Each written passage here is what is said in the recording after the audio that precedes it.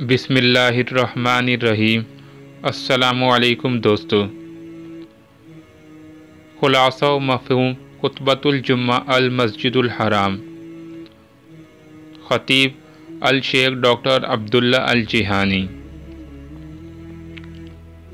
بلا شبہ ہر قسم کی تعریف اللہ کے لیے ہے۔ ہم اسی کی حمد بیان کرتے ہیں، اسی سے مدد مانگتے ہیں اور اسی سے معافی طلب کرتے ہیں، اور اپنے نفسوں کی برائیوں اور برے اعمال سے اسی کی پناہ چاہتے ہیں۔ میں گواہی دیتا ہوں کہ اللہ کے سوا کوئی معبود نہیں، وہ ایک ہے، اس کا کوئی شریک نہیں، اور میں گواہی دیتا ہوں کہ محمد اللہ کے رسول اور بندے ہیں۔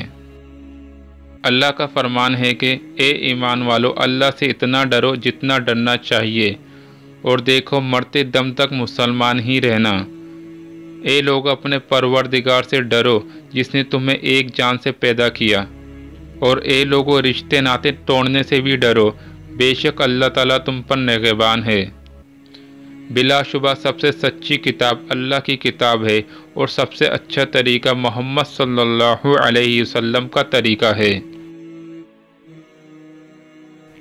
مسلمانوں، اس اللہ کا تقوی اختیار کرو جس نے اپنے بندوں کو پیدا کیا، اور ہمیں اسی کی طرف لوٹنا ہے۔ اس سے اس شخص کی طرح ڈرو جو جانتا ہے اللہ اس سے کتنا قریب ہے، اور وہ اس پر کتنی قدرت رکھنے والا ہے۔ اللہ کے بندوں، ہر انسان جو اللہ پر، فرشتوں پر، اس کی کتابوں پر، رسولوں پر اور یوم آخرت پر اور اچھی بری تقدیر پر ایمان رکھتا ہے، وہ یقینی طور پر جانتا ہے کہ وہ ایسے مقرر وقت کی طرف گامزن ہے جسے اللہ نے اپنی مخلوقات پر لکھ دیا ہے، اور وہ موت ہے۔ اللہ کا فرمان ہے کہ زمین پر جو ہیں وہ سب فنا ہونے والے ہیں، بس تیرے رب کی ذات جو عظمت و عزت والی ہے باقی رہ جائے گی۔ اس دنیا و زندگی کے بعد پہلی منزل قبر ہے، اس پر غور کرو۔ جب تمہارے پاس دو فرشتے آئیں گے اور تم سے تمہارے رب، دین اور نبی صلی اللہ علیہ وسلم کے بارے میں سوال کریں گے، اس وقت اللہ تعالیٰ ایمان والوں کو پکی بات کے ساتھ مضبوط کر دے گا۔ اے انسان، غور کر کے قبر میں تیرا ہم نشین کون ہوگا؟ کیا تو نے نیک اعمال کیے ہیں کہ وہ تیرے پاس اچھی صورت، اچھے کپڑے اور اچھی خوشبو والے انسان کی شکل میں آئیں گے، اور تم سے کہیں گے کہ تم اس چیز کی خوشخبری لے لو جو تمہیں خوش کر دے گی۔ یہ تمہارا وہ دین ہے جس کا تم سے وعدہ کیا جاتا تھا۔ ہم تمہارے نیک اعمال ہیں، ہم اللہ سے اس کا کرم، معافی اور خوشنودی کا سوال کرتے ہیں۔ اللہ کا فرمان ہے کہ نیک کام کرنے والے اپنی ہی آرامگاہ سنوار رہے ہیں۔ دیکھو، اپنے لیے تیاری کر لو، بیماری اور موت قریب ہے، اور ایک سانس بھی ضائع مت کرو، کیونکہ اس کا کوئی بھی بدل نہیں۔ اور سنو، جو تم نے برے اعمال کیے ہیں وہ تمہارے پاس بدصورت، بدبودار کپڑے اور بری شکل میں آئیں گے، اور پھر تم سے کہیں گے اس چیز کی خوشخبری لے لو جو تمہیں بری لگے گی۔ یہ ہے تمہارا وہ دین جس کا تم سے وعدہ کیا جاتا تھا۔ ہم اللہ کے عذاب اور اس کے سخت عذاب سے اس کی پناہ چاہتے ہیں۔ اے انسان، مرنے کے بعد کا سوچ کہ دوبارہ زندہ اٹھایا جائے گا، اللہ کے سامنے پیش ہونا ہوگا، بدلہ ہوگا، اور جہنم کی پیٹھ پر پل اسرات ہوگا۔ یہ تمام وہ مناظر اور راستے ہیں جنہیں لازماً دیکھنا ہوگا، اور تم ان لوگوں کی طرح نہ ہو جانا جنہوں نے اللہ کو بھلا دیا تو اللہ نے بھی انہیں اپنی جانوں سے غافل کر دیا۔ اہل نار اور اہل جنت برابر نہیں ہوں گے، جو اہل جنت ہیں وہی کامیاب ہوں گے۔ اللہ کے بندو، اللہ کا تقوی اختیار کرو اور خلوت اور جلوت میں اس سے ڈرو۔ اور اے مسلمان، تیرے پر فرض یہ ہے کہ تو اپنے خالق اور معاملات کے مدبر پر بھروسہ رکھ، بطور خاص بحرانوں میں، اور جائز شرعی اسباب بھی اختیار کر۔ یہ دیکھ، آپ صلی اللہ علیہ وسلم نے احد کے دن 2 زریں پہنی، ہجرت کے سفر میں ایک رہنما کو کرائے پر رکھا، احزاب کے دن خندق کھودی، اپنے رب پر بھروسہ کرتے ہوئے توحید کو پھیلانے کی کوشش کی، اور اسباب بھی اختیار کیے کہ اللہ پر توکل کا مقصد پورا ہو۔ ہمارے دین اسلام نے بیماری میں علاج کرانے کی تلقین کی ہے، اور جسے بیماری لگ جائے اسے بتایا یہ ہے کہ وہ علاج کرائے۔ حضرت اسامہ رضی اللہ تعالیٰ عنہ سے روایت کا مفہوم ہے کہ میں اللہ کے نبی صلی اللہ علیہ وسلم کے پاس تھا۔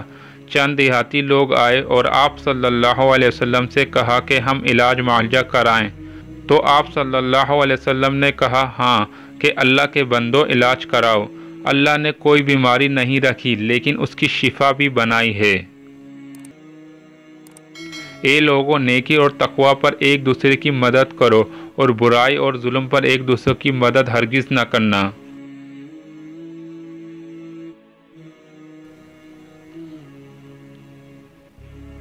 اللہ عز و جل کا فرمان ہے کہ اللہ اور اس کے فرشتے اس نبی پر رحمت بھیجتے ہیں۔ اے ایمان والو، تم بھی ان پر درود بھیجو اور خوب سلامتی بھی بھیجتا رہا کرو۔ اور نبی صلی اللہ علیہ وسلم نے فرمایا، جس نے مجھ پر ایک بار درود بھیجا اللہ اس پر 10 مرتبہ رحمت نازل فرماتا ہے۔ اے اللہ، درود و سلام نازل فرما محمد صلی اللہ علیہ وسلم پر اور آل محمد صلی اللہ علیہ وسلم پر، جیسا کہ تو نے نازل فرمایا ابراہیم علیہ السلام پر اور آل ابراہیم علیہ السلام پر۔ بلا شبہ تو قابل حمد اور صاحب شوکت والا ہے۔ اور اے اللہ، تو برکت نازل فرما محمد صلی اللہ علیہ وسلم پر اور آل محمد صلی اللہ علیہ وسلم پر، جیسا کہ تو نے نازل فرمائی ابراہیم علیہ السلام پر اور آل ابراہیم علیہ السلام پر۔ بلا شبہ تو قابل حمد اور صاحب شوکت والا ہے۔ اے اللہ، تو راضی ہو جا خلفائے راشدین سے جنہوں نے حق کے ساتھ فیصلے کیے، ابو بکر، عمر، عثمان و غنی رضی اللہ تعالیٰ عنہ سے، اور بقیہ تمام صحابہ رضی اللہ تعالیٰ عنہ سے، اور جو درست طریقے سے ان کی پیروی کرے ان سے اور ان کے ساتھ ہم سب سے راضی ہو جا۔ اے اللہ، اسلام اور مسلمانوں کی مدد فرما۔ جو اسلام اور مسلمانوں کو بے یار و مددگار کرنا چاہتا ہے تو اسے رسوا فرما۔ اے اللہ، اس ملک اور تمام مسلم ملکوں کو پرامن، مطمئن، خوشحال کر دے۔ اے اللہ، مسلمان مرد اور عورت، زندہ مردہ سب کی مغفرت فرما دے۔ اے اللہ، مسلمانوں کے مریضوں کو شفا دے دے۔ اور اے اللہ، ہمیں دنیا و آخرت دونوں میں بھلائی عطا کر دے۔ وہ تمہیں نصیحت کرتا ہے کہ دیکھو، اللہ کو یاد کرو، وہ تمہیں یاد کرے گا، اس کی نعمتوں اور نوازشوں پر اس کا شکر بجا لاؤ، وہ تمہیں اور بھی نوازے گا۔ اگر آپ کو ہماری یہ ویڈیو پسند آئی ہے تو اس کو لائک کریں، شیئر کریں اور کمنٹس کریں، اور چینل کو سبسکرائب کرنا نہ بھولیں۔ جزاک اللہ۔